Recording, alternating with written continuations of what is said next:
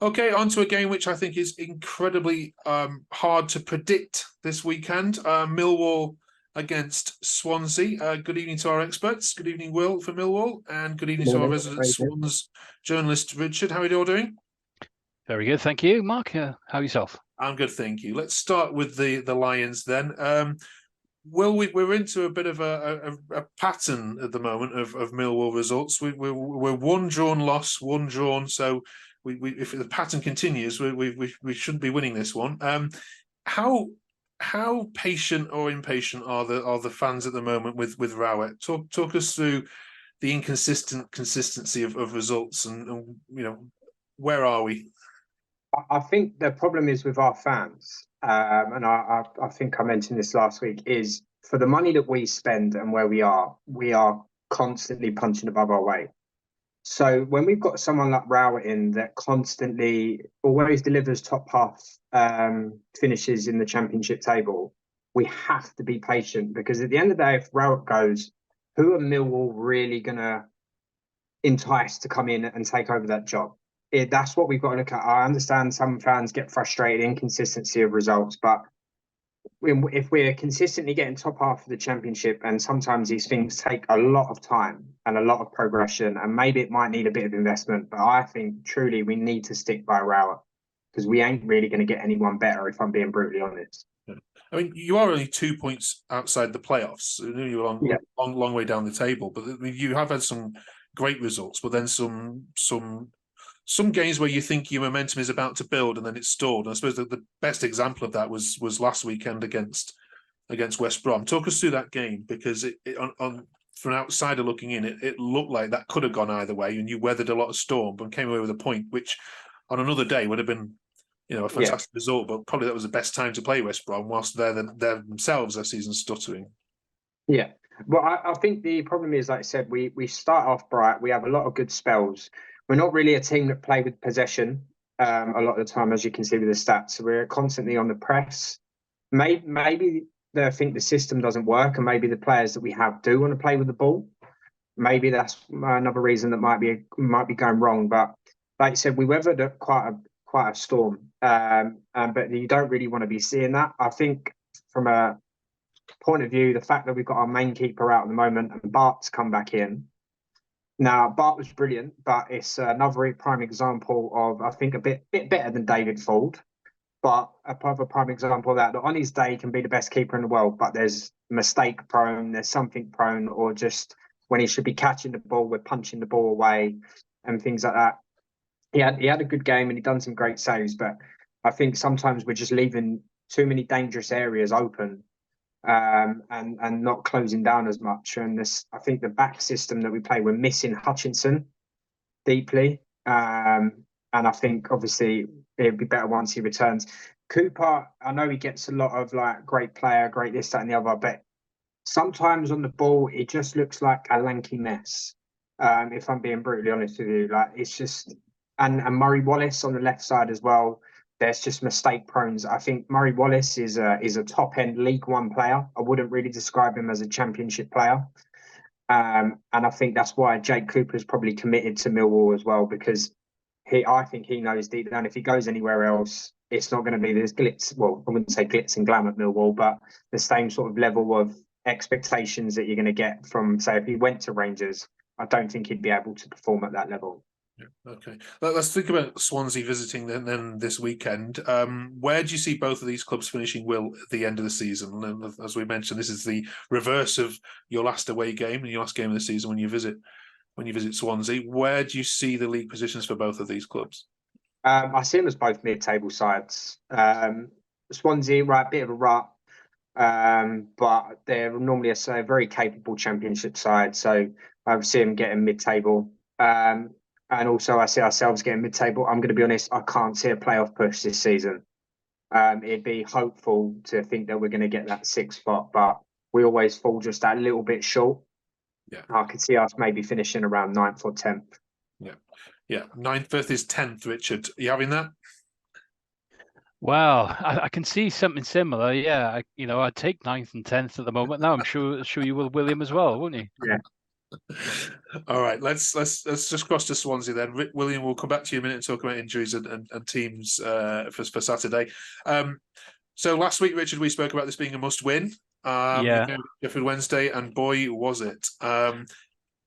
Talk us through it. How good was Swansea? How bad were Wednesday? And can we now move on from Swansea's bad start? Okay, well, the first half wasn't pretty.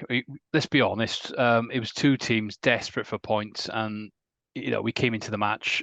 We know we're a half decent side. We've got that little bit of quality in our ranks, and we've been underperforming. That's coming from a Swansea fan's perspective.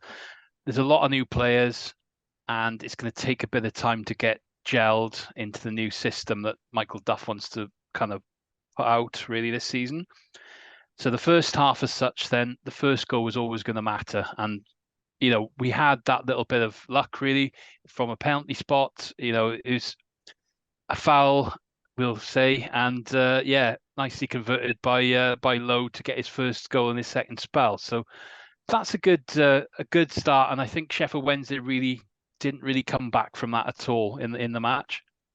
So we went into the break one up, but we also had a few casualties in that first half as well. And I'm only finding out today really the damage that has been done from that. So we lost Nathan Wood early on in the game after about 10 minutes on the clock, and we found out he's out now for about 3 months, which is really damaging as such a good prospect in a team. So that's gonna hurt us. And then Josh Giannelli, who was really started coming into his own, a little bit of pace on the flank. He was heavily involved in that first goal being chopped down.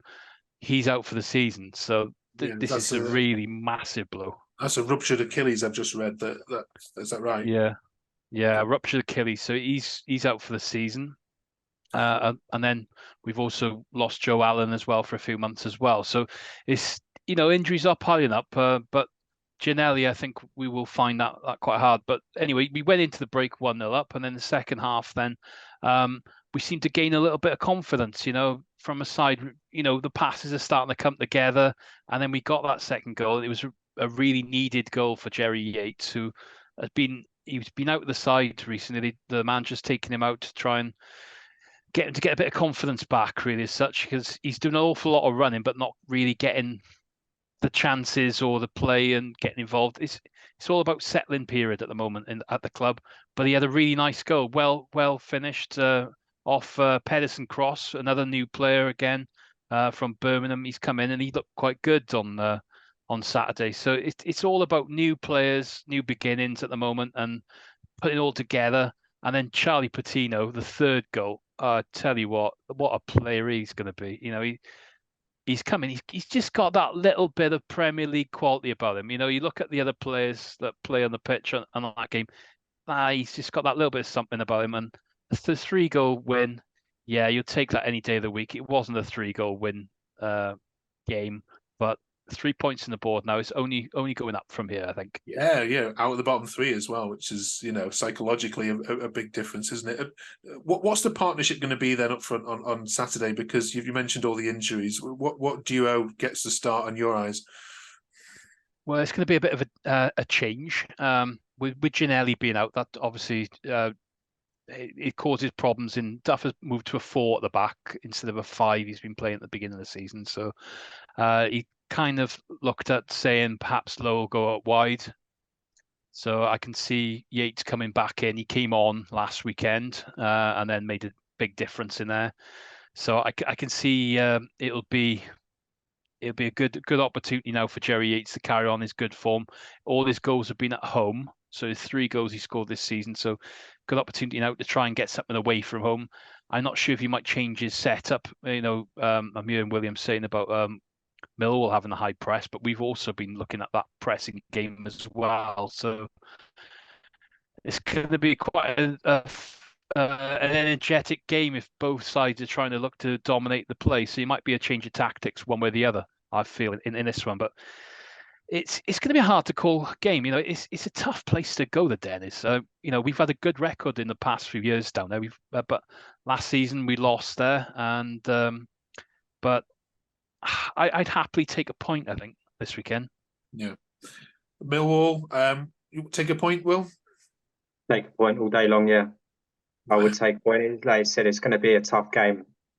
Over the years as well, the one that sticks in my mind was the year that Swansea went up and they battered us, absolutely outplayed us at the Den. But obviously, I don't think it's going to be the same thing. But I agree with what he said there in terms of if both sides go for it, we could have some game on our hands with similar sort of styles of play.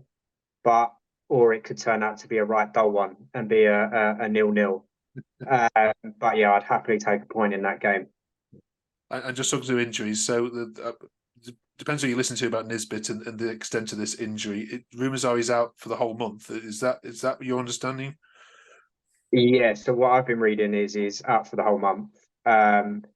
Realistically, I think he was just starting to come into his own, starting to adjust to the play.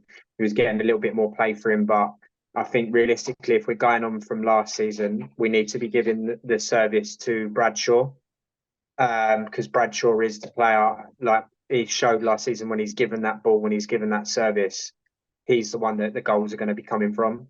And I think Hutchinson's still out for this game. I'm not too sure.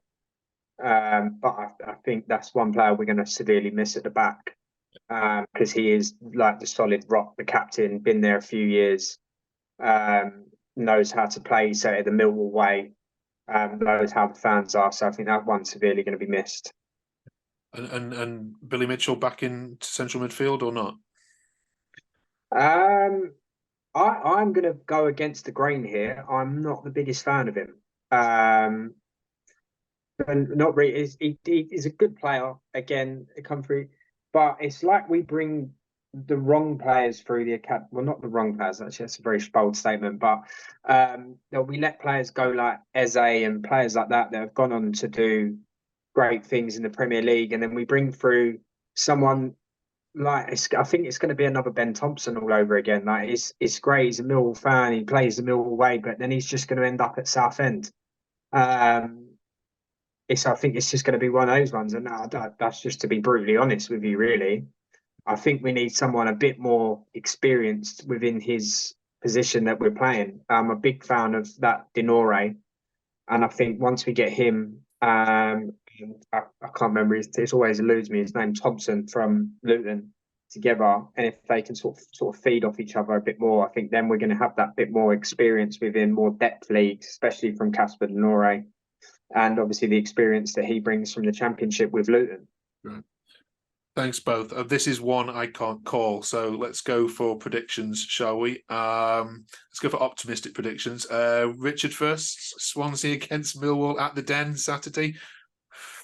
Well, I'd love a win, but I'm going to say 1-1. Okay. And Will? I'm going to go for a dull 0-0. Okay, right. I love all your positivity, you two. It's fantastic. Hard when you support these teams. Absolutely, yeah. Well, you know your team's better, yeah. Right, Millwall against Swansea this Saturday, 3 p.m. Enjoy it, folks. We'll catch up with you next week. You've also got a midweek game as well, haven't you? Yeah, we'll see you next week. Cheers. See you next week. Cheers. Bye. Bye-bye.